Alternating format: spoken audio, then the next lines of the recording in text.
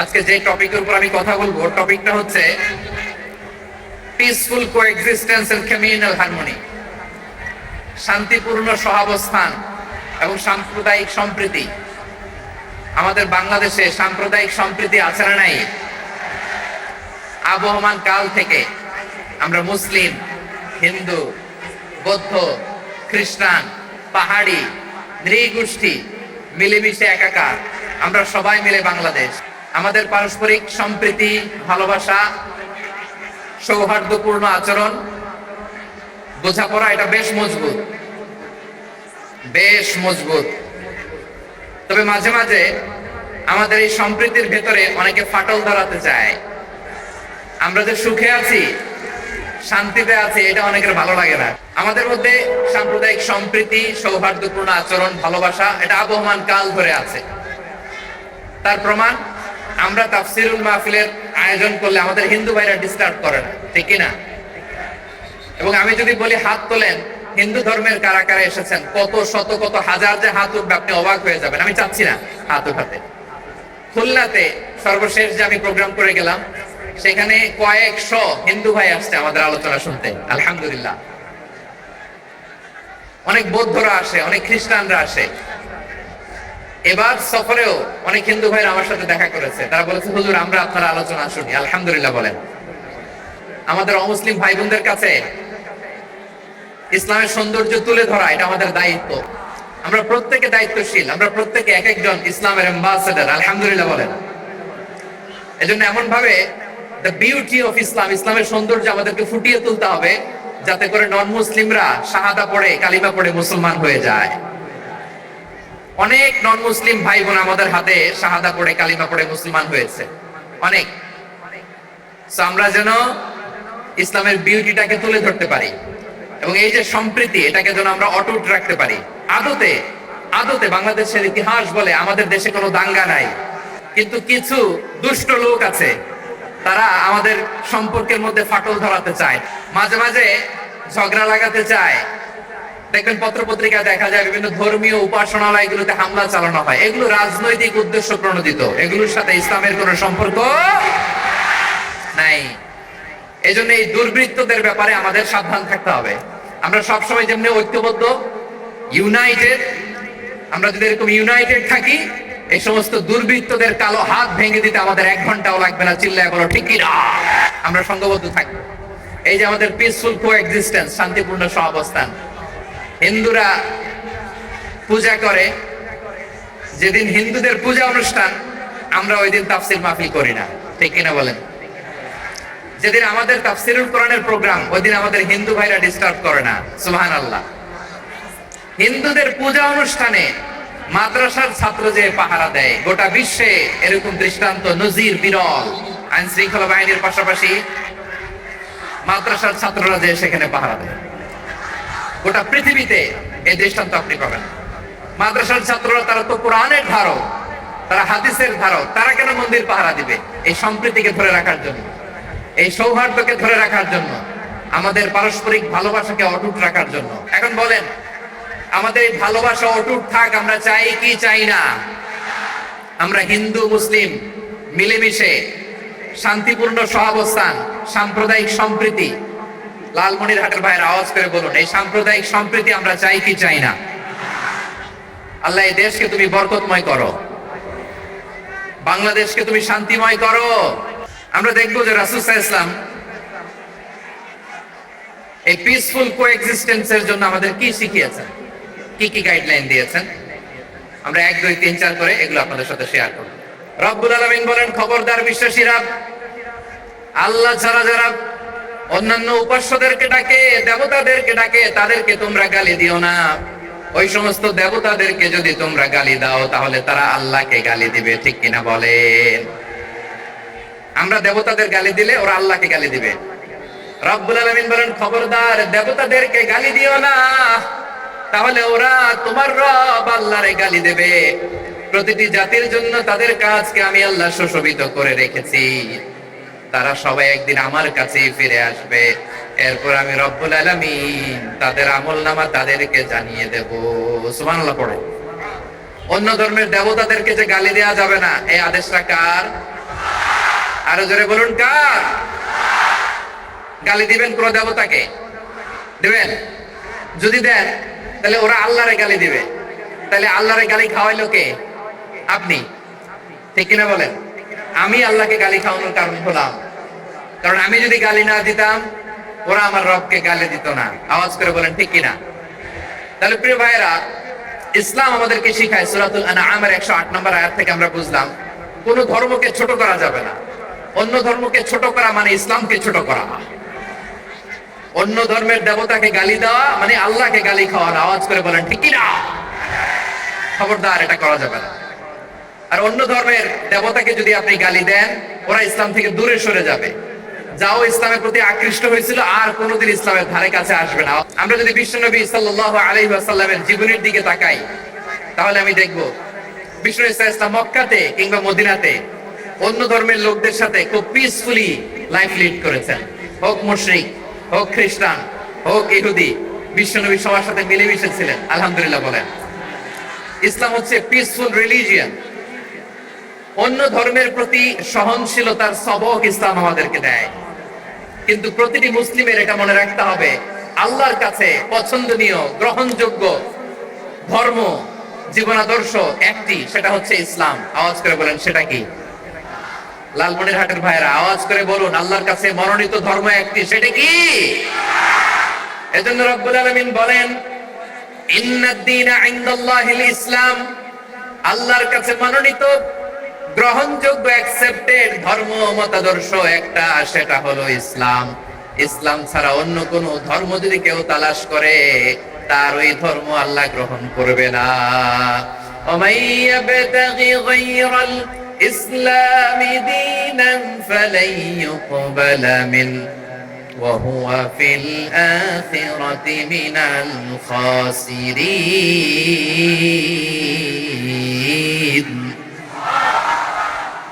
Whoever seek anything except Islam, that won't be accepted from him, and he will be loser in the day of judgment. কিয়ামতের দিন ইসলাম ছাড়া কেউ যদি অন্য কোন ধর্ম তালাশ করেছে দুনিয়াতে, তার এই মতাদর্শ গ্রহণ করা হবে না, and he will be loser. সে হবে লুজার, ক্ষতিগ্রস্ত, হাই হাই কোম্পানির ম্যানেজার।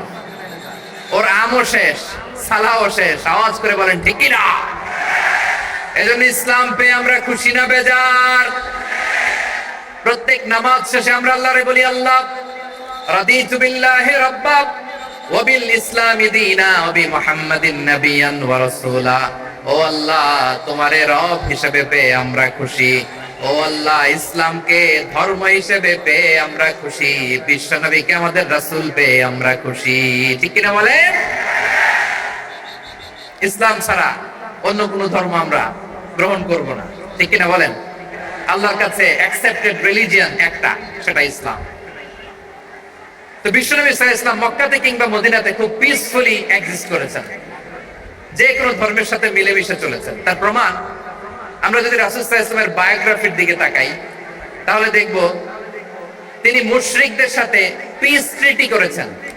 শান্তি চুক্তি, পিস ট্রিটি, পিস এগ্রিমেন্ট। আপনারা হুদাইবিয়ার সন্ধির নাম শুনেছেন?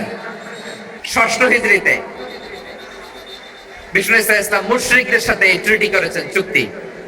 কাদের সাথে? মুশরিকদের সাথে। আমরা তো মুসলমান বসতে পারি না।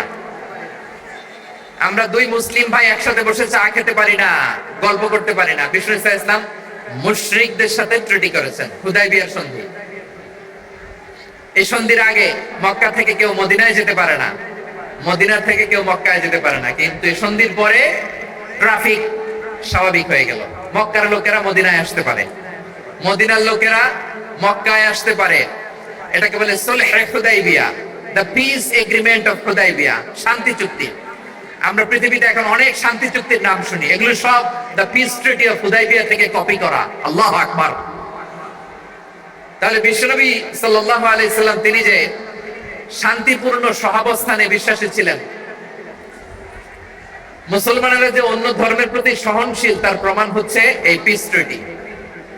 মক্কার পার্ট গেল, পিস এগ্রিমেন্ট করলেন, শান্তি চুক্তি।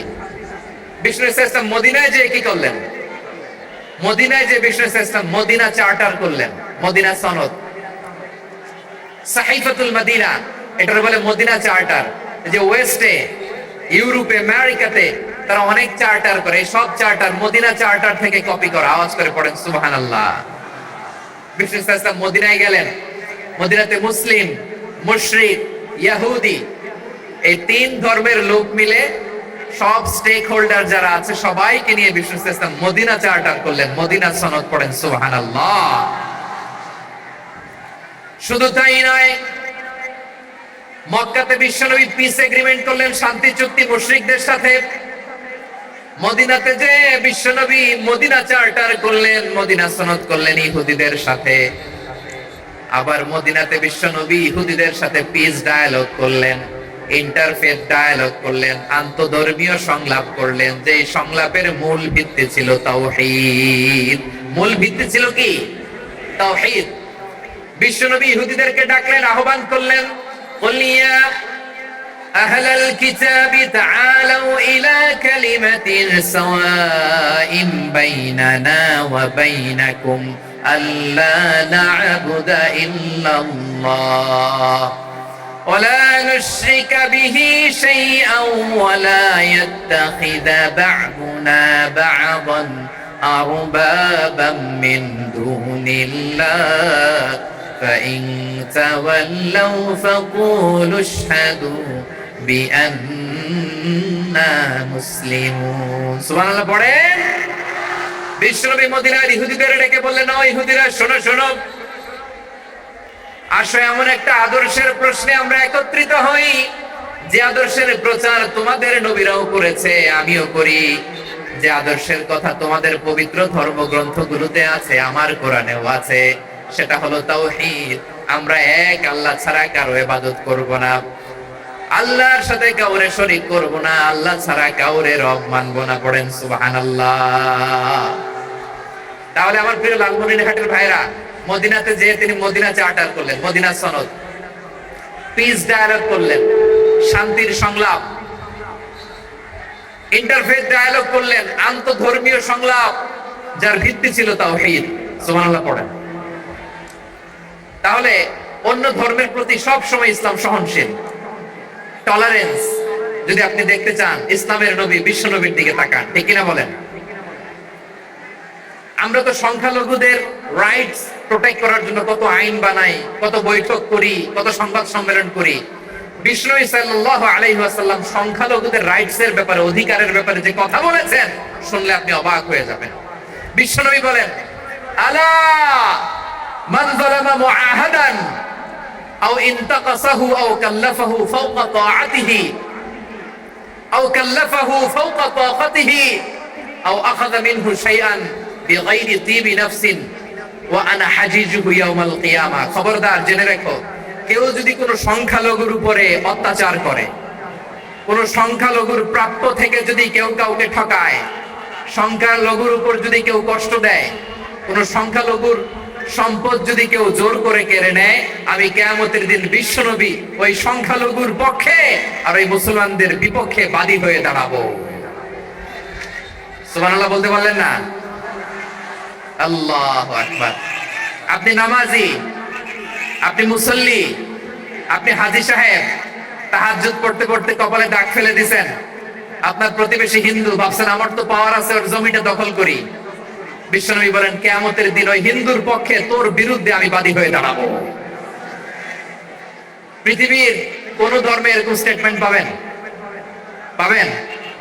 আপনি ভাবছেন আপনি নামাজ পড়লে হাজী সাহেব কপালে দাগ ফেলাই দিলে আপনি সেলসেলায় জান্নাতে চলে যাবেন না? খবরদার। বিশ্বনবী বলেন, কোন সংখ্যালঘুর উপর যদি কেউ আক্রমণ করে, তার প্রাপ্য তাকে না দিয়ে যদি তাকে ঠকায়, তার উপর জুলুম করে, তার সম্পদ যদি কেড়ে নেয়, আমি নবী, তুমি মুসলিম হইতে পারো, মুসল্লি হইতে পারো, তার পক্ষে তোমার বিপক্ষে আল্লাহর দরবারে বাদী হয়ে দাঁড়াবো। আচ্ছা লালমনিরহাটের ভাইরা, কথা বুঝতে পারলে আওয়াজ করে উত্তর দেন। বিশ্বনবী যদি কারো বিপক্ষে দাঁড়ায় কিয়ামতের দিন, আই রিপিট, আমি আবারও বলছি, বিশ্বনবী যদি কিয়ামতের দিন কারো বিপক্ষে দাঁড়ায়, ও তো সেলসেলায়া জান্নাতি, তাই না? জান্নাতি না? যে নবীর সুপারিশ ছাড়া জান্নাতের গেটও দেখা যাবে না, ওই নবী যদি বলে তোর বিপক্ষে আমি বাদী হয়ে দাঁড়াবো, ওই জান্নাতে আর ঢোকার কোনো সুযোগ আমাদের থাকবে? এখানেই শেষ না। আমার প্রিয় লালমনিরহাটের ভাইয়েরা, এখানেই শেষ নয়। বিশ্বনবী বলেন, মান কাতালা মুআহাদান, বুখারীর বর্ণনা, মান কাতালা মুআহাদান লাম ইয়ারাহ রাইহাতাল জান্নাহ। কেউ যদি, কোন মুসলিম যদি অন্যায়ভাবে কোন সংখ্যালঘুকে হত্যা করে, কোন হিন্দুকে হত্যা করে, কোন বৌদ্ধরে হত্যা করে, অন্যায়ভাবে কোন মুসলিম যদি কোন সংখ্যালঘুরে হত্যা করে, জান্নাতে যাওয়া তো দূরের কথা, ওই মুসলিম জান্নাতের ঘ্রাণও পাবে না। সেই বুখারীর বর্ণনা, মান কাতালা মুআহাদান লাম ইয়ারাহ রাইহাতাল জান্নাহ ওয়া ইন্না রিহাহা লা ইউজাদু মিন মাসিরাতি 40 আমা। যে জান্নাতের ঘ্রাণ 40 বছর দূরের রাস্তা থেকেই পাওয়া যায়। সুবহানাল্লাহ পড়েন। প্রিয় ভাইরা, এখান থেকে জান্নাতে পৌঁছতে লাগবে 40 বছর। এত দূর, কত বছর? সবাই বলেন, কত বছর? এখান থেকে জান্নাতে পৌঁছতে লাগবে 40 বছর। এত দূরে থাকতেই জান্নাতের ঘ্রাণ আপনার নাকে এসে ধাক্কা মারবে। বিশ্বনবী বলেন, যে ব্যক্তি কোন সংখ্যালঘুকে হত্যা করে, জান্নাতের ঘ্রাণ তো পাবেই, জান্নাতে তো ঢুকতে পারবেই না, জান্নাতের ঘ্রাণও তার নাকে লাগবে না। পড়েন নাউযুবিল্লাহ। তাহলে সংখ্যালঘুদের ব্যাপারে ইসলামে অধিকার দেয়া আছে না নাই? লালমনিরহাটের ভাইয়ের আওয়াজ করে বলেন, আমার সংখ্যালঘু হিন্দু ভাইদের রাইটস, অধিকার আমাদের ইসলামে প্রোটেক্টেড আছে না নাই? এখানেই শেষ না। বিষ্ণু ইসলাম আপনার অমুসলিম প্রতিবেশীর সাথে ভালো আচরণ করতে বলেছে। আমাদের হয় না, এটা মুসলিম পাড়া, ওটা বৌদ্ধ পাড়া, হয় না? অনেক সময় হয় না, এটা আমাদের মুসলিম পাড়া, ওইটা হিন্দু পাড়া, এরকম আছে না নাই? লালমনিরহাটে নাই না? আছে? হিন্দু যদি আপনার প্রতিবেশী হয়, কি করবেন? আর কষ্ট দিবেন নাকি? কেন? ও তো হিন্দু, ও তো আমার আল্লাহরে ডাকে না, ওরে কষ্ট দিলে জায়েজ হবে না? খবরদার। বিষ্ণু ইসলাম বলেন, মান কানা ইউমিনু বিল্লাহ ওয়াল ইয়াউমিল আখির ফালিকরিম জারাহ। যে আল্লাহ বিশ্বাস করে আর আখিরাতে বিশ্বাস করে, সেজন্য প্রতিবেশীর সাথে ভালো আচরণ করে। সুবহানাল্লাহ। কলিজা জুড়ায় যায় না আমার নবীর কথাগুলো শুনলে? যে আল্লাহ বিশ্বাস করে, যে আখিরাতে বিশ্বাস করে, সেজন্য প্রতিবেশীর সাথে ভালো আচরণ করে। এখানে বলছে মুসলিম প্রতিবেশী, বলছে নামাজি প্রতিবেশী, বলছে আল্লাহওয়ালা প্রতিবেশী, বলছে না। প্রতিবেশী আস্তিক হোক নাস্তিক হোক, প্রতিবেশী মুমিন হোক মুশরিক হোক, প্রতিবেশী হইলেই তার সাথে ভালো আচরণের দরকার আছে না নাই? আমার প্রিয় লালমনিরহাটের ভাইয়েরা, বিষ্ণু ইসলাম ওনার ইহুদি প্রতিবেশীদের দেখাশোনা করতেন। আওয়াজ না শোনা যাক, আমারও তো দেখা যায়, আমারও তো দেখা যায়। তাকায় থাকেন, তাকায় থাকলে সওয়াব হবে। কোরআনের কথা যেখান থেকে হয়, এদিকে তাকায় থাকলেই বরকত। তাকায় থাকেন। জি জি, মাইক, আমি তার মাইক ঠিক করতে আসি না এদিকে, এই মাইক ঠিক করবো, ওই মাইক ঠিক করবো, ওদিকে পাইলট বলবে হুজুর চলে আসেন। জি বসুন, বসুন, মাশাআল্লাহ। হ্যাঁ, খুব শান্ত, ঠিক আছে। পুলিশ ভাইরা না খেয়ে দিনরাত আপনারা যাতে সুশৃঙ্খল একটা প্রোগ্রাম উপহার পান, এটাই চেষ্টা করতেছে। আপনাদেরকে কষ্ট দিতে আসে নাই, একটু একটু সহযোগিতা করেন। জি মাশাআল্লাহ। হ্যাঁ, ঠিক আছে। আমার প্রিয় ভাইরা, প্রতিবেশী আস্তিক হোক নাস্তিক হোক, মুসলিম হোক হিন্দু হোক, তার সাথে ভালো আচরণ করতে হবে। বিষ্ণু ইসলাম ওনার ইহুদি প্রতিবেশীর বাসায় যেতেন। কোন প্রতিবেশী? ইহুদি। আওয়াজ করে বলেন, কোন প্রতিবেশী? ইহুদি। এক ইহুদি কিশোর বিষ্ণু ইসলামের খেদমত করতে, ইহুদি ছেলে আমার নবীর খেদমত করতো। তারা ছিল নবীর প্রতিবেশী। তো অনেকদিন হয় ইহুদি ছেলেটা আসে না। বিষ্ণু খোঁজ দিলেন, ঘটনা কি? একটা ইহুদি ছেলে না আমার খেদমতে আসতো, ছেলেটা কই? খোঁজ নিয়ে জানলেন ছেলেটা অসুস্থ।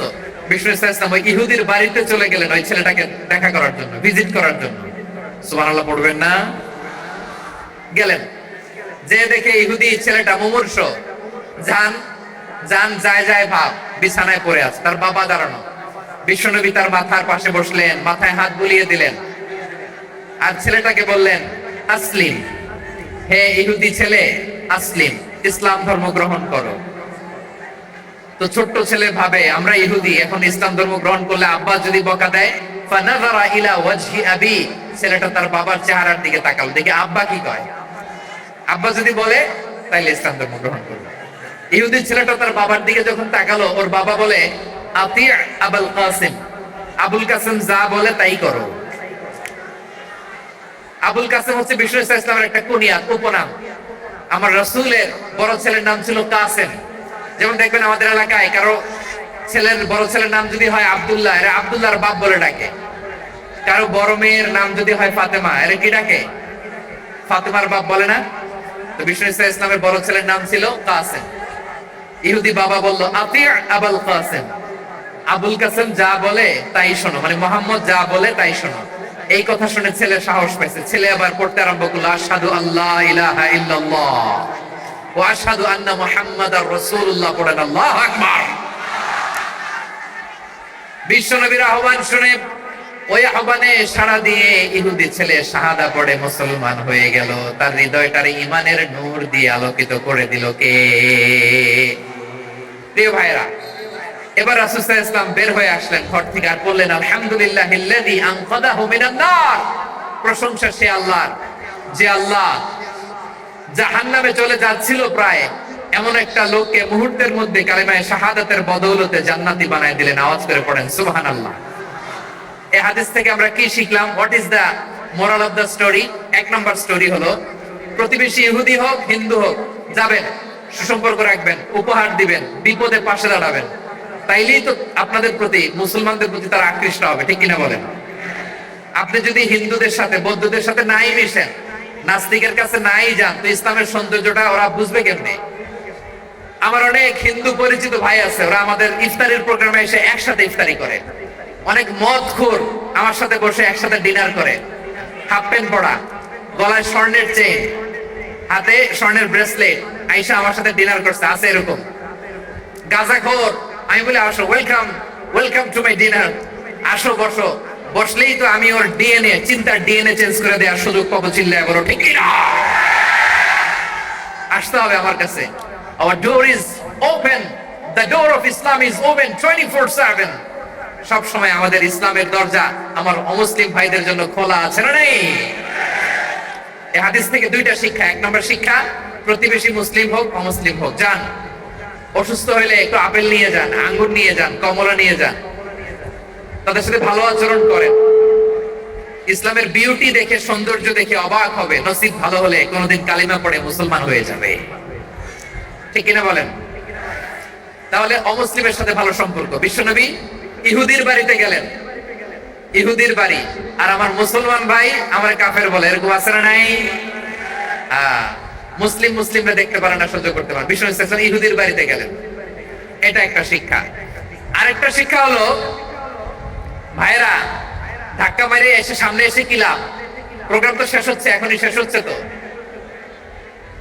এই যে আমাদের বকশি ভাই ওয়াদা নিল, হাত তোলালো, মিম বলে এত কথা বললো, তো আমি জেলায় জেলায় যে খালি হাত নাড়াই তোমাদের জন্য নাকি?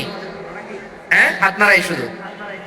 এই ধাক্কাইতে ধাক্কাইতে এদিকে এসে হাত নাড়াইতেছে, হয়েছে তো, দেখলাম তো, ঠিক আছে, মাশাআল্লাহ, অনেক সুশৃঙ্খল, অন্যান্য যে কোনো জেলার জন্য সুশৃঙ্খল। আমার দিকে তাকাও, আমার দিকে তাকাও, ঠিক আছে। এই যে দাঁড়িয়ে আছে, একটা ছেলে নড়ে না, দেখছেন? মাশাআল্লাহ মাশাআল্লাহ মাশাআল্লাহ। হ্যাঁ, এইভাবেই। আর কয়েকটা মজাদার কথা আছে, শোনো। এই হাদিস থেকে আমাদের শিক্ষা হলো, আমার প্রতিবেশী যেই ধর্মের হোক আমি সম্পর্ক রাখবো। অসুস্থ হলে যাব, কি বলেন ভাইরা? যাবেন না? যাবেন না আপনারা?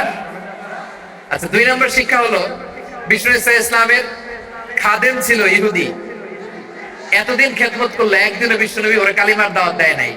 কারণ কি? বিশ্বনবী একটা ভালো সময়ের অপেক্ষা করতেছিলেন, প্রপার টাইমিং। দাঈর কাজ হচ্ছে দাঈ ইলাল্লাহ, সে হচ্ছে সুযোগ সন্ধানী। দাঈ সুযোগ খোঁজে, কখন দাওয়াত দিলে ব্যাটে বলে হবে, ঝোপ বুঝে কোপ মারে, ঠিক কিনা বলেন? বিষ্ণু ইসলাম ভালো সময়ের অপেক্ষা করতেছিলেন, দেখি ভালো সময় আসুক আসুক আসুক আসুক। আস্তে আস্তে এমন সময় আসছে, ছেলে এবার মুমূর্ষ। অসুস্থ ব্যক্তির হৃদয় অত্যন্ত নরম থাকে। হসপিটালে যখন কেউ যায় তার হৃদয়টা বড্ড নরম থাকে, মৃত্যুর ভয়ে তার অন্তরটা নরম থাকে, ঠিক কিনা বলেন? এই প্রপার টাইমিং এর অপেক্ষা করতেছিলেন। যখন এই টাইমিং পেয়েছেন, দাওয়াত দিলেন, পড়ো লা ইলাহা ইল্লাল্লাহ, সুবহানাল্লাহ পড়েন সবাই। তাহলে ইসলাম অমুসলিম প্রতিবেশীর সাথে ভালো আচরণ করতে বলে। ইসলাম অমুসলিম মাতা পিতার সাথেও ভালো আচরণ করতে হবে। মাতা পিতা যদি অমুসলিম হয় তাহলে ফেলে দিতে পারবেন? পারবেন? পারবেন? আমার লালমনিরহাটের ভাইয়েরা, অনেক হিন্দু ছেলে আমাদের হাতে শাহাদা পড়ে মুসলিম হয়, কিন্তু ওর মা মুসলমান হয় নাই, বাবাও হয় নাই। এরকম আছে না নাই? তো ও হয়েছে মুসলিম, মা বাপ হিন্দু, এখন মা বাপ কি বাদ? হ্যাঁ, মা বাপ বাদ দেয়া যাবে? যে মা আপনারে 9 মাস 8 মাস পেটে ধারণ করলো, আপনার মায়ের নার ছেড়া ধন, আপনি ওই মারি বাদ দিতে পারবেন? যে মায়ের বুকের তাজা দুধ খেয়ে আপনি আজকে বাড়ন্ত তাজা তরতাজা, ওই মারে বাদ দেয়া যাবে? মায়ের এক ধারে দুধের দাম, কাটিয়া গায়ের চাম, পাপুষ বানাইলে ঋণের শোধ হবে না, এমন দরদি ভাবে কেউ হবে না আমার মা গো। মায়ের এক ধারে দুধের দাম, কাটিয়া গায়ের চাম, পাপুষ বানাইলে ঋণের শোধ হবে না, এমন দরদি ভাবে কেউ হবে না আমার মা গো। ঠিক না? মাকে তো বাদ দেওয়া যায় না। وقضى ربك ألا تعبدوا إلا إياه وبالوالدين إحسانا। আল্লাহ বলে অবধারিত দুইটা ভার্ডিক তোমাদের জন্য, এক আল্লাহর ইবাদত করবা আর মা বাবার প্রতি ইহসান করবা। আদেশটা কার? মা বাবার প্রতি ইহসান করতে হবে।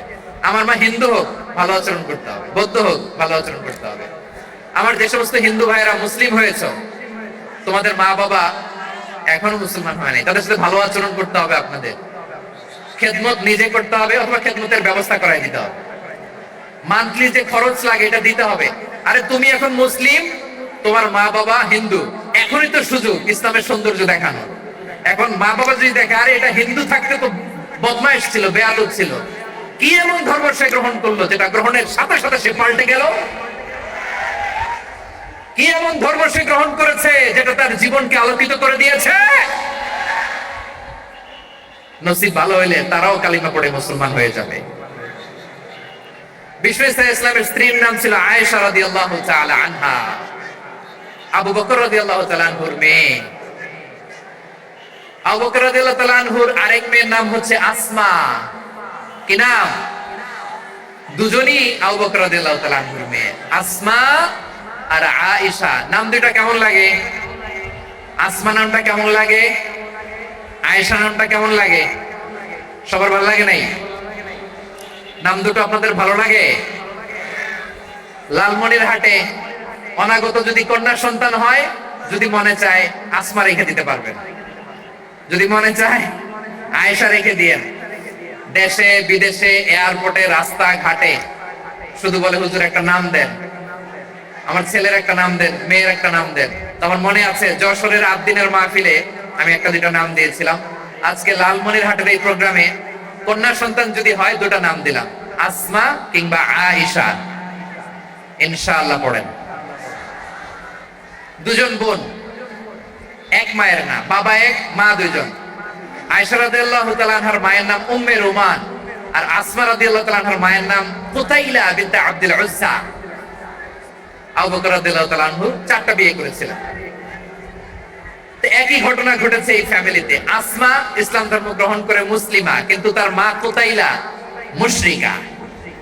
আই রিপিট, বোঝার জন্য আমি আবারও বলি, আসমা রাদিয়াল্লাহু তাআলা আনহা মুসলিমা, আর আসমার মা কুতাইলা। আওয়াজ করে বুঝে থাকলে বলেন, আসমার মা মুশরিকা। তার মানে মেয়ে মুসলিম, মা অমুসলিম। ভেজাল আছে না নাই? কিন্তু কুতাইলা আর ধৈর্য ধারণ করতে পারে না। নার ছেড়া ধন, কলিজার টুকরা ধন, কলিজার টুকরা সন্তান আসমারে দেখতে বড্ড মন চায়। সাইয়েদনা আসমা রাদিয়াল্লাহু তাআলা আনহা মক্কা থেকে হিজরত করে মদিনায় চলে গেলেন। হুদাইবিয়ার পর যখন মক্কা মদিনার ট্রাফিক স্বাভাবিক হলো, মক্কার লোক মদিনায় যায়, মদিনার লোক মক্কায় আসে। কুতাইলা কলিজার টুকরা সন্তান আসমারে দেখার জন্য কিছু উপহার নিয়ে বিশাল মরু পথ পাড়ি দিয়ে মক্কা থেকে মদিনায় যায়। সুবহানাল্লাহ বলেন। এখন মা আসছে মেয়ের সাথে দেখা করতে, মেয়ে তো আর দেখা দেয় না। মেয়ে ভাবছে আমার মা তো মুশরিকা, অপবিত্রা, তার সাথে কি দেখা দেয়া যাবে? বিশ্ব নবীর দরবারে চলে গেলেন। সুবহানাল্লাহ বলেন। কি সৌভাগ্যবান ছিল তারা, মাসলা জানার দরকার হলেই নবীর দরবারে চলে যেত। ঘরে বউয়ের সাথে ঝগড়া হলে নবীর দরবারে চলে যেত। অনেক সাহাবী বলে আমার পেটে ক্ষুধা লাগলেও আমি নবীর কাছে চলে যেতাম, কারণ নবীর চেহারার দিকে তাকালেই আমার পেটের ক্ষুধা মিটে যেত। সাইয়েদানা আসমা রাদিয়াল্লাহু তাআলা আনহা বিশ্ব নবীর কাছে চলে গেলেন, যে বললেন ইয়া রাসূলুল্লাহ ইয়া হাবিবাল্লাহ ইন্না উম্মি কাদিমাতুন ইলাইয়া ওয়া হিয়া রাগিবা। আমার মা মক্কা থেকে অনেক দূর মরুর পথ পাড়ি দিয়ে উপহার সামগ্রী নিয়ে মদিনায় আমার সাথে দেখা করতে এসেছে গো নবী। আমার জানতে বড্ড ইচ্ছে হয় আমি আমার মুশরিকা মায়ের সাথে একটু দেখা করতে পারবো কিনা। আফা আসিলুহা, আগে যেমনি আমি আমার মায়ের সাথে ভালো আচরণ করতাম, যেমনি আমি আমার মায়ের সাথে সদাচরণ করতাম গো নবী, এখন আমি মুসলিমা মা মুশরিকা, এখনো কি আগের মতো সদাচরণ করতে পারবো নাকি? বিশ্বনবী বললেন নাম সিলিহা, হ্যাঁ রে আসমা, অবশ্যই অবশ্যই, আগে ঠিক যেমন তুমি তোমার মায়ের সাথে ভালো আচরণ করতে, এখনো তেমনি আগের মতো ভালো আচরণ করবা। আওয়াজ করে পড়েন সুবহানাল্লাহ। কি ইসলাম আমরা পেয়েছি! কত ব্রড মাইন্ডেড আমাদের ইসলাম, কত ওপেন মাইন্ডেড ইসলাম, কত ওপেন আপ করতে পারে, চিন্তা করতে পারেন। বিষ্ণু বলেন হ্যাঁ অবশ্যই, নাম সুলিহা, আগে যেমনি ভালো আচরণ করছো আসমা, এখন ওইরকমই করো, পারলে আরো বাড়াই করো। সুবহানাল্লাহ বলেন।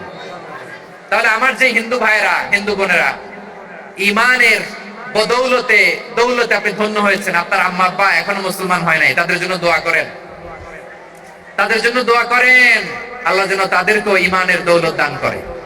আমরা সবাই পড়ি আমিন, আরো জোরে পড়েন আমিন। এখন বলেন ইসলাম কি ন্যারো মাইন্ডেড রিলিজিয়ন না ব্রড মাইন্ডেড? লালমনিরহাটের যুবক ভাইরা আওয়াজ করো, ইসলাম কি ন্যারো মাইন্ডেড না ব্রড মাইন্ডেড? কতটা ব্রড মাইন্ডেড দেখেন। বিশ্বনবী সাল্লাল্লাহু আলাইহি সাল্লাম অমুসলিমরা যদি নবীকে উপহার দিত, ওই উপহারও বিশ্বনবী গ্রহণ করতেন। সুবহানাল্লাহ পড়েন। আপনার অমুসলিম বন্ধু যদি উপহার দেয় সেটাও আপনি নিতে পারবেন, যেটা নেওয়া জায়েজ। কিন্তু আপনার বন্ধু যদি আপনার মদের বোতল দেয়, নিতে পারবেন? হ্যাঁ, মদের বোতল দিলে পারবেন। আপনার বন্ধু যদি আপনার পর্ক দেয়, পর্ক, শুকরের গোশত মিশ্রিত কোনো খাবার, ওটা নিতে পারবেন না। হালাল যে কোনো জিনিস নিতে পারবেন। বিশ্বনবী সাল্লাল্লাহু আলাইহি ওয়াসাল্লাম অমুসলিমদের দেয়া হাদিয়া গ্রহণ করতেন। কেমন নবী ছিলেন? আমার নবীরে চিনে নেন, আমার নবীর অ্যাটিটিউড জেনে নেন। বিশ্বনবী সাল্লাল্লাহু আলাইহি ওয়াসাল্লাম যখন কোন জনপদে যেতেন, তিনটা অপশন নিয়ে যেতেন। প্রিয় ভাইয়ের আওয়াজ করে বলতে হবে, কোন জনপদে গেলে আমার নবীর অপশন থাকতো কয়টা? আমার মতো তিন আঙ্গুল উঁচু করে দেখান আর বলুন, আমার নবী কোন জনপদে গেলে কয়টা অপশন নিয়ে যেতেন? এক নাম্বার অপশন আসলিম তাসলাম। নতুন এলাকায় গেলে বলতেন আসলিম তাসলাম, ইসলাম ধর্ম গ্রহণ করো, শান্তিতে থাকবা, আমার ভাই হয়ে যাবো, আমরা ভাই ভাই, ইসলাম মানো, আমরা ভাই ভাই। অপশন নাম্বার কত?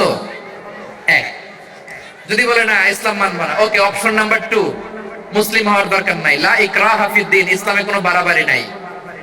খ্রিস্টান আছো থাকো, বৌদ্ধ আছো থাকো, ইহুদি থাকতে চাও থাকো, কিন্তু আমরা যেহেতু রিজিওনাল সুপার পাওয়ার, আমাদের আন্ডারে থাকো, ট্যাক্স দিয়া থাকো, এটা বলে জিজিয়া। আলেম যারা আছেন বুঝবেন, এটা আরবিতে কি বলে? জিজিয়া। You pay us the tax, we will give you the security. তোমরা ট্যাক্স দিবা, আমরা সিকিউরিটি দিব, আমাদের আওতায় থাকবা, কেউ তোমাদেরকে আক্রমণ করতে পারবে না, আমরা নিরাপত্তা দিব। সুবহানাল্লাহ বলেন। এটা অপশন নাম্বার কত? আচ্ছা, বুঝে থাকলে বলেন, এক নাম্বার অপশন কি ছিল? ইসলাম। ইসলাম মানো, শান্তিতে থাকবা, ভাই ভাই, আমরা ভাই ভাই। অপশন নাম্বার 2, ট্যাক্স দাও, আমরা নিরাপত্তা দিব, মুসলিম হওয়া লাগবে না। এখন এক নাম্বারও মানে না, 2 নাম্বারও মানে না, মুসলিম হবো না, ভালো, খ্রিস্টান থাকো, ট্যাক্স দাও, আমরা সিকিউরিটি দিব না, এইটাও মানি না। বিষ্ণু বলেন তাহলে তলোয়ার আমাদের আর তোমাদের মাঝে ফয়সালা করবে, মুসলিমও হবো না, ট্যাক্স দিবা, নিরাপত্তা দিব, আমরা সুপার পাওয়ার, আমাদের আন্ডারে থাকবে এটাও না, তাহলে তোমাদেরকে তো আমরা বিশ্বাস করতে পারি না। কখন না কখন বিশ্বাসঘাতকতা করো, কার সাথে মিলে হাত মিলাও, তলোয়ার আমাদের মাঝে ফয়সালা করবে। তখন তিনি জেহাদের সশস্ত্র সংগ্রামের ঘোষণা দিতেন। সুবহানাল্লাহ পড়েন। দেখেন পশ্চিমারা জেহাদকে এইভাবে চিত্রায়িত করে না। ওরা জেহাদ বলতে বোঝায় তলোয়ার, হাত কাটো গলা কাটো না। জেহাদ সশস্ত্র সংগ্রাম 3 নম্বরে। অধিকাংশ ক্ষেত্রেই বিশ্বনবীর সুন্দর আচরণ দেখে, আরে আমার নবীর যে নুরানি চেহারা, অনেকে তো কেবল সির্ফ চেহারাটা দেখেই কালিমা পড়ে মুসলমান হয়ে গিয়েছে। যারা মুসলিম হয় নাই তারা তাদের ইসলামী বলবৎ ছিল, ট্যাক্স দিয়ে ইসলামের আন্ডারে ছিল। যারা এটাও মানে নাই ওইটাও মানে নাই, তাদের বিরুদ্ধে জেহাদ। বিষ্ণু ইসলাম 7ম হিজরিতে যখন খায়বার বিজয়ের পরে ইসলাম রিজিওনাল সুপার পাওয়ার হিসেবে আত্মপ্রকাশ করলো, বিশ্বনবী চিঠি লিখলেন অন্যান্য সুপার পাওয়ারের কাছে। রাষ্ট্রীয় চিঠি লেখে এক রাষ্ট্রপ্রধান আরেক রাষ্ট্রপ্রধানের কাছে, ঠিক কিনা বলেন? জানেন না আপনারা? এই যে 24-এর ছাত্র নাগরিক অভ্যুত্থানে, এই অভ্যুত্থান যখন শুরু হয়, আমি তখন সাউথ আফ্রিকাতে একটা স্ট্যাটাস দিয়েছিলাম, কোটা না হয় গোটা দেশ সংস্কার করা লাগবে। শুধু বাংলাদেশ নয়, সারা বিশ্বের বাংলা ভাষাভাষী লোকেরা এই আন্দোলনের সাথে সমর্থন তারা করেছে, এটাকে সাপোর্ট করেছে, তারা সমর্থন দিয়েছে। আমাদের ইউনাইটেড আরব আমিরাতের বাংলাদেশি ভাইরা তারা সেখানে রাস্তায় নেমে এসেছিল, জানেন? ওইখানে ডেমনস্ট্রেশন করা যায় না, সেখানকার সরকার তাদেরকে যাবজ্জীবন দিয়েছিল। তখন আমাদের এই যে প্রধান উপদেষ্টা ডক্টর মোহাম্মদ ইউনূস সরাসরি G2G বলে, এটারে G2G, government to government, G2G, উনি চিঠি লিখলেন যে তাদেরকে, ইউর হাইনেস, হে সম্মানিত আমির, আপনি আমার এই চিঠির কারণে আমার সম্মানে এই 53 জন বাংলাদেশিকে মাফ করে দেন। এই চিঠির বদৌলতে বেকসুর খালাস পেয়ে গিয়েছিল আমাদের ভাইরা। জানেন না এই ঘটনা আপনারা? তাহলে গভর্নমেন্ট টু গভর্নমেন্ট চিঠি দেওয়া হয়। 7ম হিজরিতে বিষ্ণু ইসলাম সব সুপার পাওয়ারের কাছে চিঠি দিলেন, রোমান সম্রাটের কাছে, পারস্য অধিপতির কাছে, মিশরের অধিপতির কাছে, সবার কাছে চিঠি লিখলেন। চিঠির ভাষা ছিল এরকম, মিন মুহাম্মাদিন রাসূলিল্লাহ ইলা মুকাওকিস আযীমিল কিবর, মুহাম্মদ রাসূলুল্লাহর পক্ষ থেকে মিশরের বাদশার কাছে, আসলিম তাসলাম, ইসলাম মানো শান্তিতে থাকবা, সালামুন আলা মান ইত্তাবাআল হুদা, শান্তি তার জন্য যে হেদায়েতের অনুসরণ করে। সুবহানাল্লাহ পড়েন। এই চিঠি অনেকে ভালোভাবে রিসিভ করেছে, অনেকে এই চিঠি পাওয়ার পরে নবীর কাছে আবার ইন রিটার্ন উপহার পাঠিয়েছে। কি পাঠিয়েছে? উপহার। মিশরের বাদশা মুকাওকিস তিনি বিশ্বনবীকে বিশাল এক উপহারের ডালি পাঠিয়েছেন। মিশরের বাদশা মুকাওকিস ছিলেন ধর্মে খ্রিস্টান। লালমনিরহাটের ভাইয়েরা আওয়াজ করে বলেন, মিশরের বাদশা ধর্মে কি ছিল? খ্রিস্টান। কি উপহার দিয়েছিল আমার নবীকে? শুনতে মনে চায়? আওয়াজ নাই লালমনিরহাটের গলায়, শুনতে মনে যায়? 1000 স্বর্ণ মুদ্রা, 1000 স্বর্ণ মুদ্রা। 2টা খ্রিস্টান দাসী, একজনের নাম মারিয়া বিনতে শামউন আল কিবতিয়া, আরেকজনের নাম সিরিন বিনতে শামউন আল কিবতিয়া। একজন খ্রিস্টান দাস 20 থান কাপড় জামা বানানোর জন্য, আমরা নবী যেন সেলাই করে জামা বানাতে পারে এজন্য 20 থান কাপড়, 20 থান ফাইন গার্মেন্ট। সুবহানাল্লাহ পড়বেন না? এরপরে একটা গাধা যেটার নাম ছিল উফাইর, আর একটা খচ্চর, এটার নাম ছিল দুলদুল। খচ্চর চিনেন? গাধা আর ঘোড়ার ক্রসিং এ যে প্রাণীটা দুনিয়াতে আসে সেটাকে খচ্চর বলে। তো এই যে সুপার পাওয়ার খ্রিস্টান বাদশার কাছে নবী চিঠি লিখলেন, ওই খ্রিস্টান বাদশা আমার নবীকে উপহার দিল। বিশ্বনবী এই উপহারগুলো সানন্দে গ্রহণ করেছে। সুবহানাল্লাহ পড়বেন না? তাহলে অমুসলিম কেউ যদি আপনাকে উপহার দেয়, হালাল উপহার হলে আপনি গ্রহণ করতে পারবেন। অনুরূপ ভাবে পারস্যের বাদশা, রোম সম্রাট বিশ্বনবীকে উপহার পাঠিয়েছেন। আমার নবী সবগুলো উপহার, গিফট গ্রহণ করেছেন। সুবহানাল্লাহ বলেন। তাহলে প্রিয় লালমনিরহাট, আওয়াজ করে বলুন, ইসলাম কি ন্যারো মাইন্ডেড রিলিজিয়ন না ব্রড মাইন্ডেড? আম্মাজান আয়েশার কাছে মাসালা জানতে চায় মেয়েরা, হে আম্মাজান, অগ্নি উপাসকেরা তাদের ঈদের দিন নওরোজের সময় আমাদেরকে পাখি দেয়, নেওয়া যাবে? উনি বললেন, ওরা জবাই করে দিলে নেওয়া যাবে না, কিন্তু ওরা যদি ফলমূল এরকম খাবার দেয়, এগুলো নেওয়া যাবে। তার মানে অমুসলিমদের দেয়া উপহার এটা গ্রহণ করা যায়। সুবহানাল্লাহ বলেন। শুধু তাই নয়, বিশ্ব ইসলাম অমুসলিমদের সাথে আর্থিক লেনদেনও করেছেন, ফিনান্সিয়াল ডিলিং করেছেন। অমুসলিমদের সাথে প্রয়োজনে আপনি ফিনান্সিয়াল ডিলিং করতে পারবেন। আমরা প্রায় দেখি বাজারের মিষ্টির দোকানগুলো আমার হিন্দু ভাইদের। লালমনিরহাটে মিষ্টির দোকান, দইয়ের দোকান কারা চালায়? হিন্দুরা চালায় না। তারপরে যে বারবার শপ, চুল কাটে যে নাপিত, অধিকাংশ নাপিতের দোকানে কারা? আমার হিন্দু ভাইরা। আপনি চুল কাটতে পারবেন কিনা? পারবেন কিনা বলেন? পারবেন। তার দোকান থেকে দই মিষ্টি কিনতে পারবেন কিনা? হ্যাঁ, আমার মুসলিম ভাইয়ের দোকান থাকলে ওইটারে আমি বেশি প্রায়োরিটি দিব, ঠিক কিনা? কিন্তু যদি তাদের সার্ভিস নিতে চান, প্রোডাক্ট নিতে চান, পারবেন। তার দলিল সহিহ বুখারী, আম্মা জান আয়েশা রাদিয়াল্লাহু তাআলা আনহা বলেন, ইশতারা রাসূলুল্লাহ সাল্লাল্লাহু আলাইহি ওয়াসাল্লাম মিন ইয়াহুদিন তুআমান ওয়া রাহানাহু দিরআহু মিন হাদিদ। রাসূল সাল্লাল্লাহু আলাইহি ওয়াসাল্লাম এক ইহুদির কাছ থেকে, কার কাছ থেকে? সবাই বলে নাই কার কাছ থেকে? আমার নবী, পেয়ারা নবী এক ইহুদির কাছ থেকে জব কিনেছিল। জব, বার্লি, যেটা দিয়ে রুটি বানায়। ওই জবের দাম দেওয়ার টাকা পয়সা নবীর কাছে ছিল না। ফলে নবী ওনার একটা পোশাকে মর্গেজ রেখেছিলেন, মর্গেজ, বন্ধক, যে এখন এটার দাম দিতে পারবো না, কয়েক কেজি বার্লি নিয়ে যাই আর বন্ধক হিসেবে আমার জামাটা রেখে গেলাম, যেদিন দাম দিব ওই দিন জামাটা ছুটাই নিয়ে যাও। সুবহানাল্লাহ পড়বেন না? বাকিতে নিছিলেন, বাকিতে। দিরআহু মিন হাদিদ, লোহার তৈরি বর্ম, মানে যুদ্ধের পোশাক, লোহা দিয়ে বানানো। বিষ্ণুনবী বললেন, কয়েক কেজি জব দাও, টাকাটা পরে দিব, এখন টাকা নাই, বন্ধক হিসেবে, মর্গেজ হিসেবে আমার জামা রেখে গেলাম, যখন টাকা দিব জামা ছুটায় নিব। আওয়াজ করে বলতে হবে সুবহানাল্লাহ। এ থেকে বোঝা গেল অমুসলিমদের সাথে ফিনান্সিয়াল ডিলিং করা যায়, অর্থনৈতিক লেনদেন করা যায়, কেনাবেচা করা যায়, প্রোডাক্ট কেনা যায়। এমনকি আমাদের মসজিদে নববীতে বারান্দায় আপনার একটা অটোমেটিক ফ্লাইং আমব্রেলা দেখছেন? সূর্য যখন বাড়ে মসজিদে নববীর বারান্দায় ইয়ার্ডের মধ্যে অটোমেটিক্যালি কিছু আমব্রেলা আছে, সাঁ করে খুলে যায়, আর সূর্যের তাপ লাগে না। আবার সন্ধ্যাবেলায় এই আমব্রেলা গুলো ওরা ক্লোজ করে ফেলে, দেখেন নাই না? দেখছেন? এই মসজিদে নববীকে সর্বোচ্চ উন্নত মানের কনস্ট্রাকশন ইনফ্রাস্ট্রাকচার ডেভেলপ করার জন্য কর্তৃপক্ষ কিছু অমুসলিম ইঞ্জিনিয়ারের, ডিজাইনারের সহায়তা নিয়েছিল। সুবহানাল্লাহ বলেন। কোন দলিলের ভিত্তিতে? এই দলিলের ভিত্তিতে যে বিশ্ব ইসলাম অমুসলিমদের সাথেও লেনদেন করেছেন। আওয়াজ করে বলতে হবে আল্লাহু আকবার।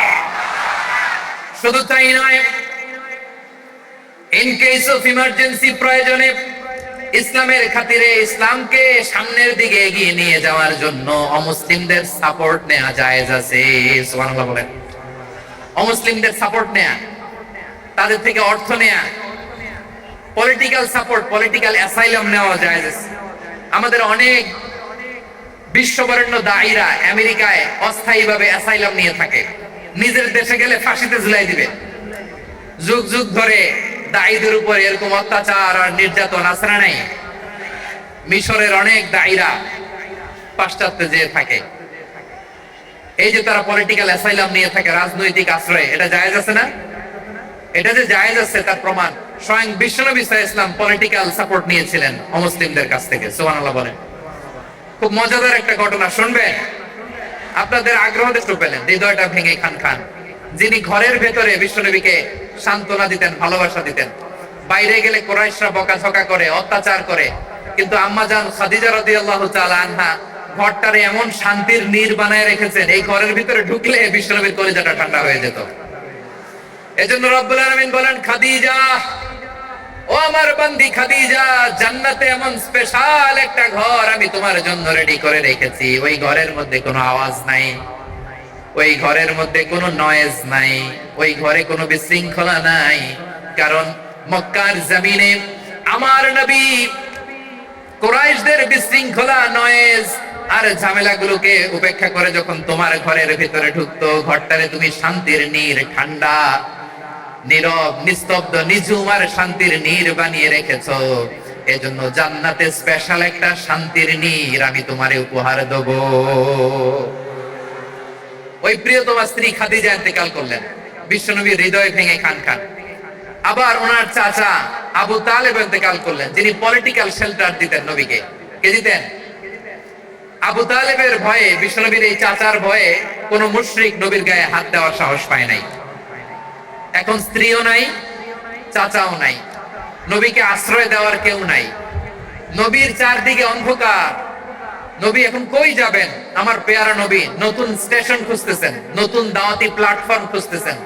তিনি যায়েদ বিন হারেসা রাদিয়াল্লাহু তাআলা আনহুকে নিয়ে মক্কার পাশের একটা নেইবরিং সিটি তায়েফে চলে গেলেন। কোথায় চলে গেলেন? লালমনিরহাটের ভাইয়ের আওয়াজ করে বলেন, কোথায় গেলেন? তায়েফে চলে গেলেন দিনের দাওয়াত দেওয়ার জন্য। কি দেওয়ার জন্য? নাকি জমি কিনতে গেছিলেন? জমি কিনতে, দুনিয়ার যশ খ্যাতির জন্য, নিজের কোন লাভের জন্য? তায়েফবাসীদেরকে জাহান্নামের আগুন থেকে বাঁচানোর জন্য। আওয়াজ করে বলতে হবে, ঠিক কি না? বিশ্বনবী বিশাল মরুপথ, পাহাড়ি পথ পাড়ি দিয়ে তায়েফের মরুজমিনে গেলেন কোরআনের দাওয়াত নিয়ে, ইমানের দাওয়াত নিয়ে। কিন্তু তায়েফের লোকেরা বিশ্বনবীর দাওয়াতকে শুধু প্রত্যাখ্যান করেই থামে নাই, তারা বিশ্বনবীর সাথে অত্যন্ত খারাপ আচরণ করেছে। বিশ্বনবীকে শারীরিক ভাবে হেনস্থা করেছে, আমার নবীকে শারীরিক ভাবে অত্যাচার করেছে, আমার পেয়ারা নবীর গায়ে পাথর মেরেছে, বিশ্বনবীর গা বেয়ে ঝরঝর করে রক্ত ঝরেছে, নবী জামিনের মধ্যে লুটিয়ে পড়েছেন, আবার মেরেছে, আবার নবী হাঁটতে শুরু করলেন, পেছন থেকে আবার মেরেছে, আবার নবী রক্তাক্ত হয়ে জামিনের মধ্যে লুটিয়ে পড়লেন, আবার মেরেছে। বিশ্বনবীর মতো এত সুশ্রী মানব, বিশ্বনবীর মতো এত শুভ্র মানব, বিশ্বনবীর মতো এমন চমৎকার দেহাবয়ব দিয়ে রব্বুল আলামিন কাউকে বানান নাই। এরকম চমৎকার মানুষটাকে তারা তায়েফের ওই জমিনে রক্তাক্ত করেছে। বিশ্বনবী দুনিয়ার কোন স্বার্থের জন্য সেখানে যান নাই, নিজের কোন লাভের জন্য, প্রাপ্তির জন্য যান নাই, তায়েফবাসীদের জাহান্নামের আগুন থেকে বাঁচাতে গিয়েছেন। ঠিক কিনা বলে? খেয়ে না খেয়ে দিন প্রচারের কাজে নিজেকে দিয়েছ বিলিয়ে, তায়েফের কাফিরেরা চিনল না সে আলো, দুষ্ট ছেলেদের পিছু দিল লেলিয়ে, পাথরের আঘাতে ক্ষত বিক্ষত হয়ে সারা শরীর থেকে রক্ত ঝরে। হে রাসূল তোমাকে ভুলি আমি কেমন করে, হে রাসূল তোমাকে ভুলি আমি কেমন করে। পারেন না আপনারা? ধরুন আমার সাথে, হাজার ব্যথা বেদনার পরে ফিরে আসনি তুমি আপন ঘরে, দিনের আলো তুমি ছড়িয়ে দিতে, চলে গেলে মদিনায় মক্কা ছেড়ে। হে রাসূল তোমাকে ভুলি আমি কেমন করে, হে রাসূল তোমাকে ভুলি আমি কেমন করে। ঠিক কিনা বলে? প্রিয় ভাইরা, তায়েফের ছেলেরা নবীকে রক্তাক্ত করলো। আমার নবী কই যাবে? কই যাবে? মক্কায় জায়গা নাই, তায়েফে জায়গা নাই। তায়েফ থেকে ভারাক্রান্ত মন নিয়ে আমার নবী মক্কায় ফিরে আসলেন। বিশ্ব নবী মক্কায় ঢুকতে পারেন না। মক্কার মরুভূমির দিকে তাকিয়ে, উপত্যকার দিকে তাকিয়ে বিশ্বনবী ধা ধা করে কাঁদেন, ঝরঝর করে নবীর চেহারা মুবারক থেকে চোখের পানিগুলো বেয়ে বেয়ে পড়ে। আমার জন্মস্থান, আমার শৈশব, কৈশোর, যৌবন কেটেছে এই মক্কায়, আমার এলাকায় আমি ঢুকতে পারি না। বিশ্বনবী মক্কার অন্যতে দূরে দাঁড়িয়ে যায়েদকে পাঠালেন, যায়েদ যাও দেখো কেউ আমাকে সাপোর্ট করার মতো আছে কিনা, যাও অমুকের কাছে যাও। যায়েদ গেলেন, তারাও প্রত্যাখ্যান করে ফিরিয়ে দেয়। বিশ্বনবী বললেন যাও অমুক লোকের কাছে যাও, তিনিও প্রত্যাখ্যান করে ফিরিয়ে দিলেন। কেউ বিশ্বনবীকে আশ্রয় দিতে রাজি হয় না। নিজ জন্মভূমিতে বিতাড়িত বিশ্বনবী, সর্বশেষ বিশ্বনবী বললেন যাও মুতঈম ইবনে আদির ঘরে যাও। মুতঈম ইবনে আদি মুশরিক, তার কাছে যাও। গেলেন, মুতঈম ইবনে আদি রাজি হয়ে গেল। সুবহানাল্লাহ বলেন। দেখেন, অনেক বিপদের সময়ও আমি নিজে সাক্ষী, সামাজিক ভাবে, রাজনৈতিক ভাবে কত ঝঞ্ঝা, কত ষড়যন্ত্র, কত কনস্পাইরেসি পাড়ি দিয়ে আমাদেরকে সামনে এগিয়ে যেতে হয়। এই শত্রুদের ভেতরেও একজনকে দাঁড় করিয়ে দেয় যে আল্লাহর কোরআনের জন্য রেডি হয়ে যায়। করেন সুবহানাল্লাহ।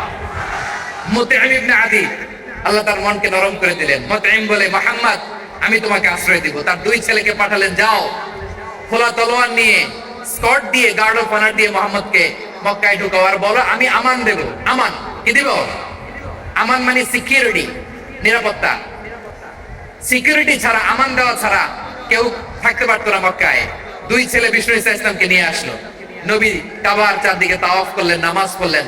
আবু জাহেল, উতবা, শাইবা, ওয়ালিদ ইবনে মুগীরা সবাই দেখে, কেউ কিছু করতে পারে না। কারণ মুতঈম ইবনে আদি ঘোষণা দিয়েছেন, আমি মুহাম্মদকে আমান দিয়েছি, মুহাম্মদের গায়ের যেন কেউ স্পর্শ না করে। আওয়াজ করে পড়েন সুবহানাল্লাহ। নবীর এই বিপদ কালে মুহূর্তে মুতঈমের হৃদয়টারে নরম করে দিল কে? এই মুতঈম কি মুসলিম ছিল না মুশরিক? সবাই বলতে হবে, মুসলিম না মুশরিক? তাহলে মুশরিকের কাছ থেকে নবী পলিটিক্যাল অ্যাসাইলাম, আধুনিক রাষ্ট্রবিজ্ঞানের ভাষায় পলিটিক্যাল অ্যাসাইলাম, যেটাকে বলে রাজনৈতিক আশ্রয়, ওনার আমান বা নিরাপত্তার এই ঘোষণায় তিনি মক্কায় ঢুকলেন। যতদিন নিরাপত্তা ছিল ছিলেন। মুতিম যখন মারা গেল, বিষ্ণু ইসলাম হিজরত করে মদিনায় চলে গেলেন। সুবহানাল্লাহ। কিন্তু মুতিম যে বিশ্বনবীর উপকার করছে এটা বিশ্বনবী ভুলে নাই। আমাদের অনেকে আছে উপকার করার পরে আর খেয়াল থাকে না, খাওয়ার পরে গলা দিয়ে নামলে আর খেয়াল থাকে না। এরকম আছে না নাই? আমার নবী বলে নাই। বদরের প্রান্তরে 70 জন কাফেরকে যখন বন্দী করে বিশ্বনবীর সামনে হাঁটু গেড়ে দাঁড় করানো হলো, বসানো হলো, 70 জন কাফের। কয়জন? বিশ্বনবী তাদের দিকে তাকিয়ে বললেন, সহিহ বুখারীর বর্ণনা, লাউ কানাল মুতঈম ইবনে আদি হাইয়ান সুম্মা কাল্লামানি হাউলাই নাতনা লা তারাকতুহুম লাহু। বদরের প্রান্তরে 70 জন বন্দী কাফিরের দিকে তাকিয়ে আমার নবী বললেন, আজকে মুতঈম ইবনে আদি যদি বেঁচে থাকতো আর তোমাদের 70 জনের ব্যাপারে যদি মুতঈম এক বাক্যে একটা সুপারিশ করত, তার সম্মানে আজকে তোদের সবাই আমি মাফ করে দিতাম। সুবহানাল্লাহ নাই?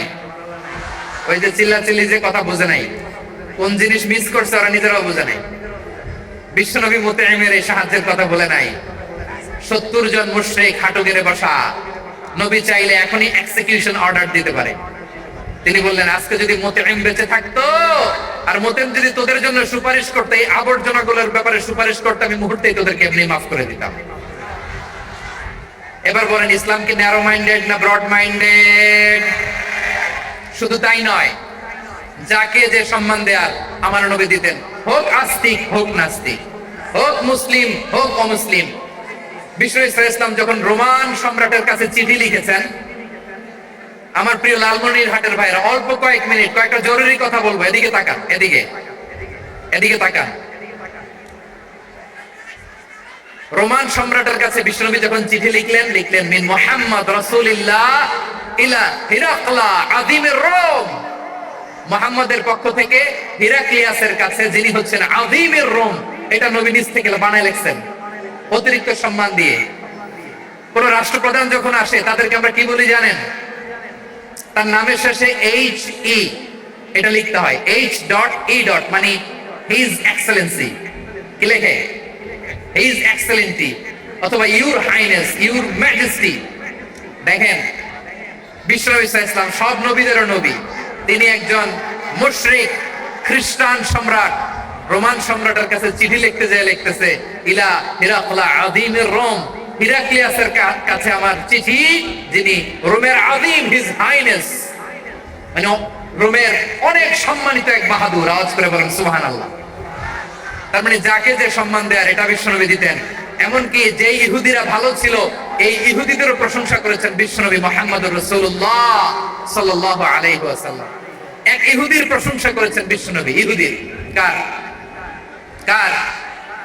আমি তো আমার ভাইয়ের প্রশংসা করি না, আমি তো এক আলেম আরেক আলেমরে স্পেস দেই না, আমি তো এক দায়ী আরেক দায়ীর সাথে বসতে চাই না। আমার নবী ইহুদির প্রশংসা করে। কার প্রশংসা? ওই ইহুদির নাম ছিল মুখাইরিক। সিরাত গ্রন্থ ঘাটলে পাবেন। তিনি বলেছেন, মুখাইরিক খাইরু ইয়াহুদ, Mukhairiq is the best of the Jews. জুইশদের মধ্যে সে সবচেয়ে ভালো। কেন প্রশংসা করলেন তার?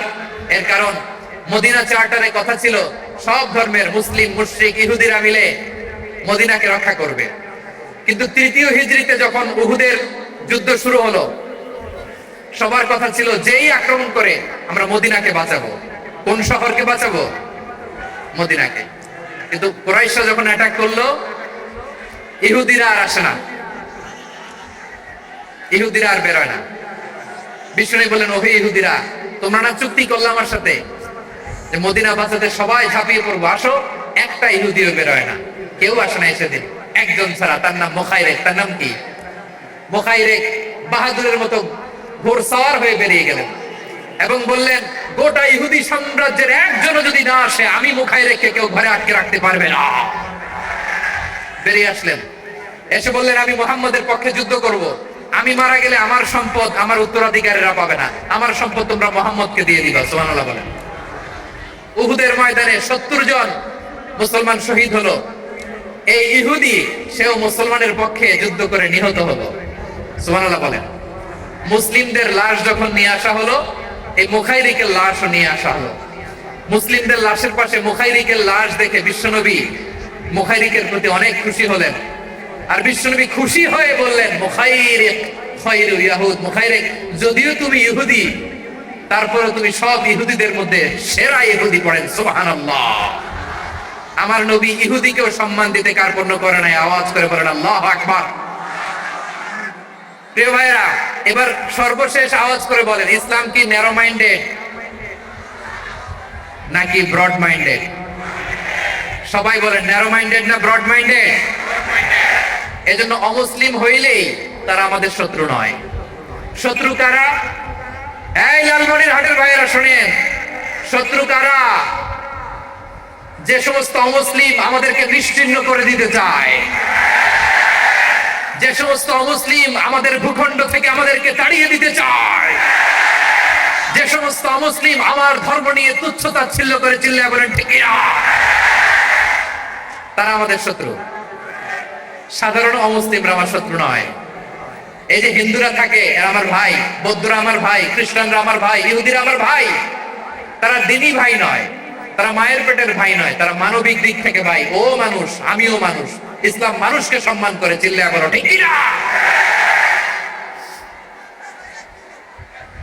যারা আমাদের অস্তিত্বকে নিশ্চিহ্ন করতে চায়, যারা আমাদের ভূখণ্ডকে দখল করতে চায়, যারা আমাদেরকে নিয়ে মকারি করে, ফান করে, টিটকারি করে, আমার ধর্ম নিয়ে খেলা করে, তাচ্ছিল্য করে, ওদের বিরুদ্ধে আমাদের জিহাদ। সাধারণ মুসলিম আমাদের শত্রু নয়। আপনি জানেন, নিউ ইয়র্কে, আমি তো নিউ ইয়র্কে ছিলাম অনেকদিন, ওখানে ফিলিস্তিনিদের পক্ষে যখন আমরা মিছিল করেছি, অনেক ইহুদি আমাদের সাথে মিছিলে দাঁড়িয়েছে। কারণ ওরাও জানে এই ভূখণ্ড ফিলিস্তিনিদের ভূখণ্ড। আওয়াজ করে বলো লালমনিরহাট ঠিক না। ইসরায়েলের রাজধানী তেল আবিবে অনেক ইহুদিরা বেঞ্জামিন নেতানিয়াহু তার বিরুদ্ধে মিছিল করেছে। তো তারা কি আমাদের শত্রু? না। অনেক খ্রিস্টান আমাদের সাথে, আমাদের স্বার্থ রক্ষায় আমাদের পাশে দাঁড়িয়েছে। খেয়াল রাখবেন, হিন্দু আর হিন্দুত্ববাদ এক নয়, ইহুদি ধর্ম আর জায়নিজম এক নয়। জায়নিজমের বিরুদ্ধে আমাদের সংগ্রাম, আমাদের জিহাদ, চিল্লায় বলেন ঠিক না। এই যে ফিলিস্তিনের ভাইরা, তারা তাদের স্বাধীনতা সংগ্রামের জন্য লড়াই করছে, করে যাচ্ছে, আমরা এটাকে সমর্থন জানাই, চিল্লায় বলো ঠিক না। কাশ্মীরের ভাইরা স্বাধীনতার জন্য সংগ্রাম করছে, আমরা সেই সংগ্রামকে সমর্থন জানাই, আওয়াজ করে বলো ঠিক না। যারাই আমাদের ইসলামকে নিশ্চিহ্ন করতে চায়, তাদের বিরুদ্ধে আমাদের সংগ্রাম, আওয়াজ করে বলতে হবে ঠিক না। ওই সমস্ত দুর্বৃত্তদের সাথে আমাদের কোনো সম্পর্ক নাই। আমরা যদি ঐক্যবদ্ধ থাকতে পারি, ওই দুর্বৃত্তরা চান্স পায় না। আমরা ঐক্যবদ্ধ থাকতে রাজি আছি। লালমনিরহাটের ভাইরা, আমরা ঐক্যবদ্ধ থাকলে ওই দুর্বৃত্তদের কালো হাত ভেঙে দিতে আমাদের সময় লাগবে না। তাদের কালো হাত ভেঙে দিতে রাজি আছে মুসলমান? কারা কারা রাজি? দু হাত তুলে দেখাও।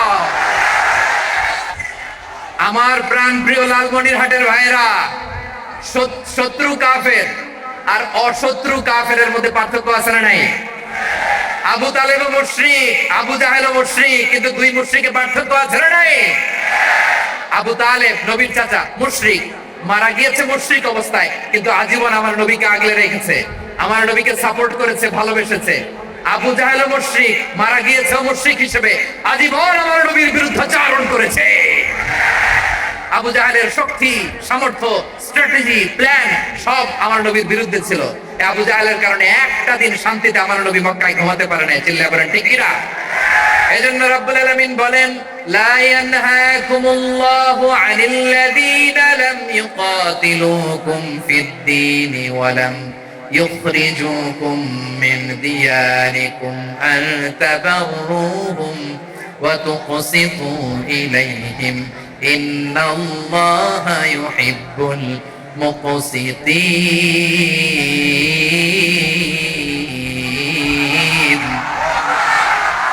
আল্লাহ বলে, গোলামেরা শোনো শোনো, যে সমস্ত অমুসলিম তোমাদের সাথে ধর্মযুদ্ধে লিপ্ত হয় না, তোমাদের বিরুদ্ধে যে সমস্ত অমুসলিম অস্ত্র ধরে না, যে সমস্ত অমুসলিম তোমাদেরকে তোমাদের জন্মস্থান থেকে, ভূখণ্ড থেকে তাড়িয়ে দেয় না, তাদের সাথে ভালো আচরণ করতে আমি আল্লাহ নিষেধ করি নাই। তাদের সাথে সদাচরণে কোনো নিষেধাজ্ঞা নাই, বরং তাদের সাথে সদাচরণ করো, এটাই আমি আল্লাহ চাই। তাহলে আমার যে অমুসলিমরা আমাদের সাথে শত্রুতা করে না, তুচ্ছ-তাচ্ছিল্য করে না, আমাদের ভূমি থেকে আমাদেরকে উচ্ছেদ করতে চায় না, আমাদের বিরুদ্ধে অস্ত্র ধরে না, ওই অমুসলিম ভাইদের সাথে আমাদের কোনো দ্বন্দ্ব আছে? কোনো বিরোধ আছে? বরং আছে ভালোবাসা। বরং আছে কি? এই ভালোবাসা দিয়ে আমরা বিশ্ব জয় করবো। রাজি আছে মুসলমান? আমাদের পুঁজি ভালোবাসা। আমাদের পুঁজি কি? এবার আওয়াজ করে বলেন, আমার এই পুরো আলোচনা থেকে the religious coexistence, peaceful coexistence, শান্তিপূর্ণ সহাবস্থান, কমিউনাল হারমোনি, এই সাম্প্রদায়িক সম্প্রীতি, এই আলোচনা থেকে কি বুঝলেন? ইসলাম কি ন্যারো মাইন্ডেড না ব্রড মাইন্ডেড? এই ব্রড মাইন্ডেড হৃদয় নিয়ে, ভালোবাসা দিয়ে আমরা বিশ্ব জয় করতে চাই। রাজি আছেন? আল্লাহ কবুল করুক। আমরা সবাই পড়ি আমিন। লালমনিরহাটের জেলা স্টেডিয়ামে আমার প্রিয় মায়েরা, বোনেরা, আপনাদের জন্য একটা হাদিস বলে শেষ করব। বিশ্বনবী বলেন, আমার মায়েরা খেয়াল করে শুনুন, বিশ্বনবী আপনাদের উদ্দেশ্য করে বলেন, আল মারআতু ইযা সাল্লাত খামসাহা ওয়া সামাত শাহরাহা হাফিজাত ফুরুজাহা আতাআত বা'লাহা ফালতাদখুল মিন আইয়ি আবওয়াবিল জান্নাতি শাআত। বিশ্বনবী বলেন, ও রমণীরা, ও নারীরা, যে সমস্ত নারী এই চারটা কাজ করবে, এই চারটা কাজের গ্যারান্টি দিবে, তাদেরকে জান্নাতের 8টা দরজার গ্যারান্টি দেয়া হবে। কি চারটা কাজ? 1 নাম্বার, আল মারআতু ইযা সাল্লাত খামসাহা, যে নারী 5 ওয়াক্ত নামাজ পড়ে। কি করে? জেলা স্টেডিয়ামে অবস্থানরত আমার নারীরা, বোনেরা, বিশ্বনবী আপনাদেরকে 4টা কাজের কথা বলেছেন, খুব বেশি না। 4টা করলে 8 জান্নাতের দরজা সব খোলা। কোনটা দিয়ে যাবে? যেটা দিয়ে মনে চায়। 1 নাম্বার 5 ওয়াক্ত নামাজ। আমার বোনেরা যোহরের নামাজ পড়তে পড়তে এটা আসরে নিয়ে যায়, আসর পড়তে পড়তে এটা মাগরিবে নিয়ে যায়। এরকম আসরা নাই? লালমনিরহাটে হয়তো নাই। আমার বোনেরা এটা করবেন না। ইন্নাস সালাতা কানাত আলাল মুমিনিনা কিতাবাম মাওকুতা, সময় মতো করবেন। সামাত শাহরা, রমাদানের রোজাগুলো রাখবেন। হাফিজাত ফুরুজাহা, যে নারী তার চরিত্রকে হেফাজত করে, তার প্রাইভেট হেফাজত করে, তার লজ্জাস্থান হেফাজত করে। ও মায়েরা, আপনার এই গর্ভ যে কত দামি আপনি জানেন না। আপনার এই গর্ভ থেকে জন্মাবে আগামীর সালাহুদ্দিন আল আইয়ুবী। আপনার গর্ভ থেকেই জন্মাবে ইমাম আল মাহদি আল মুনতাযার। আপনার পেট থেকে জন্মাবে আবু সাইদের মতো বীর সৈনিক। আপনার পেট থেকে জন্মাবে মুগ্ধের মতো বীর মুজাহিদ।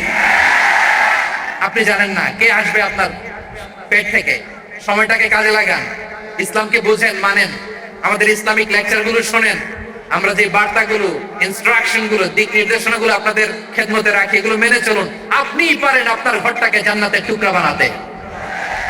একটা family, it's a very big institution and you are the MD, the managing director of this institution. চিল্লায়ে বলেন ঠিক কিনা? চাইলেই পারেন ঘরটারে জান্নাতের টুকরা বানাতে।